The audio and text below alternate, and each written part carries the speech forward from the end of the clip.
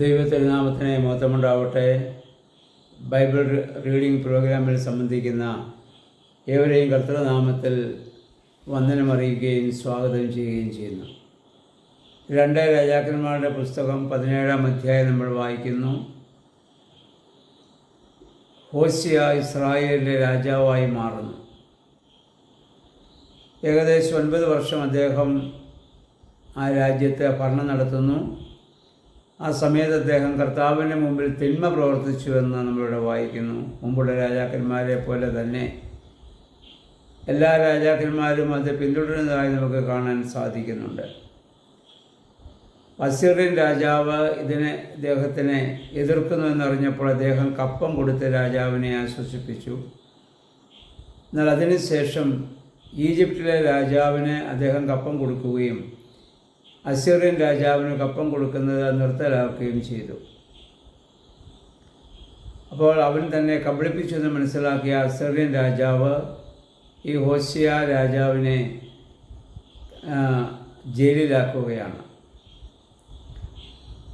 അദ്ദേഹത്തെ ബന്ധനസ്ഥാക്കുകയും ഇസ്രായേൽ ദേശത്തുള്ള ആളുകളെ മുഴുവൻ അദ്ദേഹം മറ്റ് രാജ്യങ്ങളിൽ കൊണ്ടുപോയി അടിമകളാക്കി അവിടെ താമസിപ്പിക്കുകയും ചെയ്യുന്നതായി നമ്മൾ കാണുന്നുണ്ട്.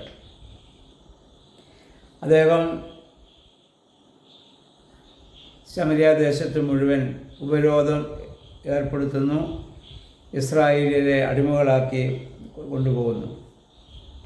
അങ്ങനെ കൊണ്ടുപോകാനുള്ള കാരണമായി അതിൻ്റെ 7 മുതൽ വാക്യങ്ങൾ നമ്മൾ വായിക്കുന്നു. മിസ്രയീം ദേശത്തു നിന്നുള്ള പിതാക്കന്മാരെ വിടുവിച്ച യഹോവയായ ദൈവത്തിൻ്റെ കൽപ്പനകളെ അവർ അനുസരിച്ചില്ല. ദൈവത്തെ അവർ മറന്നു. പൂജാഗിരികളെ അവർ സ്ഥാപിക്കുകയും അന്യദേവന്മാർക്ക് ബലി അർപ്പിക്കുകയും അവരുടെ മക്കളെയൊക്കെയും ബാലികാബാലന്മാരെ അവരെ ദഹനബലിയായിട്ട് അർപ്പിക്കുകയും അവരതുപോലെ തന്നെ മന്ത്രവാദം ഒക്കെ ചെയ്യുകയും അതുപോലെ തന്നെ അവർ സകലം നോക്കുക, ഇങ്ങനെ ജാതികളുടേതായ ചില മ്ലേച്ഛതകളൊക്കെ അവരുടെ ഇടയിൽ കടന്നു വന്നപ്പോഴാണ് യഹോവയായ ദൈവം അവർക്ക് അങ്ങനെ ഏൽപ്പിച്ചു കൊടുക്കുവാൻ കാരണമായി തീർന്നത്. മിസ്രയീമിൽ നിന്ന് വിടുവിക്കുമ്പോൾ മോശ മുഖാന്തരം 10 കൽപ്പന കൊടുത്തപ്പോൾ യഹോവയായ ദൈവം പറഞ്ഞതായ കൽപ്പനകളെ നേരത്തെ പറഞ്ഞു, നീ ഈ കൽപ്പനകൾ പാലിച്ചാൽ ഞാൻ നിൻ്റെ ദൈവവും നീ എൻ്റെ ജനവുമായിരിക്കും. നീ എന്നെ കൽപ്പനകളെ ലംഘിക്കുന്നുവോ അന്ന് ഞാൻ നിൻ്റെ ദൈവമോ നീ എൻ്റെ ജനമോ ആയിരിക്കുകയില്ല.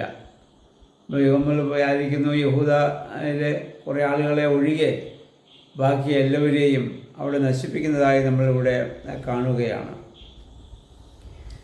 24 മുതൽ വാക്യങ്ങൾ നമ്മൾ വായിക്കുന്ന അസീറിയൻ രാജാവ് ഇസ്രായേൽ ജനത്തെ ഒഴിവാക്കിയ സമരിയ ദേശത്ത് മറ്റ് ദേശങ്ങളിൽ നിന്നുള്ള ആളുകളെ അവിടെ കൊണ്ടുവന്ന് താമസിപ്പിക്കുകയാണ്. അവരവിടെ വന്നപ്പോൾ അവർക്ക് പരിചയമുള്ളത് അവരുടെ ദേവന്മാരെ സേവിക്കുക മാത്രമേ അവർക്ക് അവിടെ പരിചയമുള്ളൂ. അവരെന്ത് ചെയ്തു? അതേ രീതി ഇവിടെ തുടർന്നു. അപ്പോൾ യഹോവയായ ദൈവം അവരുടെ ഇടയിൽ സിംഹങ്ങളെ അയക്കുകയും ധാരാളം ആളുകൾ മരിക്കാൻ കാരണമായി തീരുകയും ചെയ്തപ്പോൾ അസീറിയൻ രാജാവിന് കാര്യം മനസ്സിലായി. ഇവിടെ യഹോവയെ സേവിക്കേണ്ട സ്ഥാനത്ത് മറ്റു ദൈവങ്ങളെ സേവിച്ചിട്ടാണ്. അപ്പോൾ ജനത്തിന് അത് അറിയത്തില്ലെന്നറിയാം. അദ്ദേഹം എന്ത് ചെയ്തു?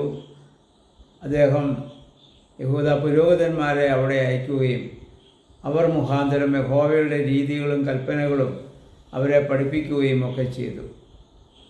അവരങ്ങനെ ചെയ്ത് 33 വാക്യം നമ്മൾ വായിക്കുമ്പോൾ അവർ യഹോവയെ ഭയപ്പെടുകയും അവരുടെ സ്വന്തം ദേവന്മാരെ സേവിക്കുകയും ചെയ്തു.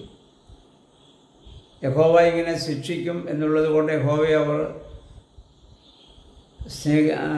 ഉള്ളുകൊണ്ട് സ്നേഹിക്കുന്നില്ല. ഭയപ്പെട്ട് യഹോവയ്ക്ക് വേണ്ടി അവർ അവിടെ ആചാരാനുഷ്ഠാനങ്ങളൊക്കെ ചെയ്യും. ഉള്ളുകൊണ്ട് മറ്റ് ദേവന്മാരെ അവർ സ്നേഹിക്കും.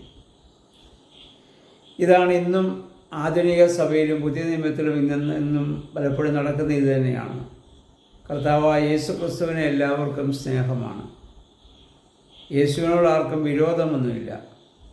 എന്നാൽ അതേ സമയത്ത് തന്നെ ദൈവത്തിൻ്റെ ആ കർത്താവിൻ്റെ കൽപ്പനകളെ ലംഘിച്ച് മറ്റ് ദേവന്മാരെ എന്ന് പറഞ്ഞാൽ ധനം, അവരുടേതായ അധികാരം, അങ്ങനെ ഈ ഭൗതികമായ കാര്യങ്ങളെയൊക്കെയും ദേവന്മാരാക്കി വെച്ചുകൊണ്ട് ജീവിക്കുന്ന രീതി, കർത്താവ് പറഞ്ഞു, ഒരേ സമയത്ത് ദൈവത്തെയും ദ്രവ്യത്തെയും നിങ്ങൾക്ക് സ്നേഹിക്കാനാവില്ല. കർത്താവ് പറഞ്ഞു, ഒരേ സമയത്ത് 2 യജമാനന്മാരെ സേവിപ്പാൻ നിങ്ങൾക്ക് സാധിക്കുകയില്ല. ഒരുവനെ ദ്വേഷിച്ച് മറ്റവനെ നിങ്ങൾ സ്നേഹിക്കും, അല്ലെങ്കിൽ ഒരുവനെ സ്വീകരിച്ച് മറ്റവനെ നിങ്ങൾ തള്ളും. ദൈവത്തെയും ദ്രവ്യത്തെയും ഒരേ സമയത്ത് മാമോനെയും നിങ്ങൾക്ക് സ്നേഹിക്കാൻ സാധിക്കുകയില്ല എന്ന് കർത്താവ് വ്യക്തമായി പറഞ്ഞു. നമ്മുടെ നാട്ടിലൊരു പഴമൊഴി ഉണ്ടല്ലോ, ഇരുതോണിയിൽ കാല് വയ്ക്കരുത് എന്ന്. ഇരുതോണിയിൽ കാല് വെച്ച് ഏറെ ദൂരം നമുക്ക് വെള്ളത്തിലൂടെ സഞ്ചരിക്കാനാവില്ല, നമ്മൾ വീണു പോകും.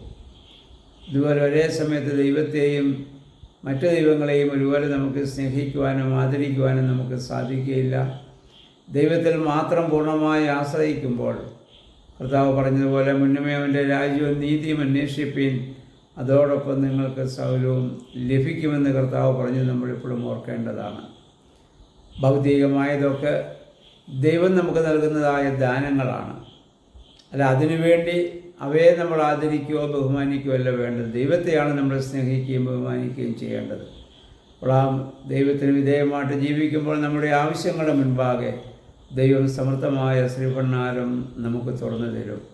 അതുകൊണ്ട് ഈ ഇസ്രായേൽ ജനത്തിൻ്റെ ഇപ്രകാരമുള്ള അവരുടെ ബലഹീനതകളും അവരുടെ കുറവുകളൊക്കെ നമ്മൾ മനസ്സിലാക്കുകയും അത് നമ്മുടെ ആധ്യാത്മിക ജീവിതത്തിൽ സംഭവിക്കാതെ കർത്താവായ യേശു ക്രിസ്തുവിനെ മാത്രം മുന്നിൽ കണ്ടുകൊണ്ട് ആ കർത്താവിനെ മാത്രം ആദരിച്ച് ആ കർത്താവിൻ്റെ വേണ്ടി പൗലോസ് പറഞ്ഞതിലെ സ്ഥിരതയോടെ നമ്മുടെ ഓട്ടം നിർവഹിക്കുവാൻ വേണ്ടി നമുക്ക് ശ്രമിക്കാം.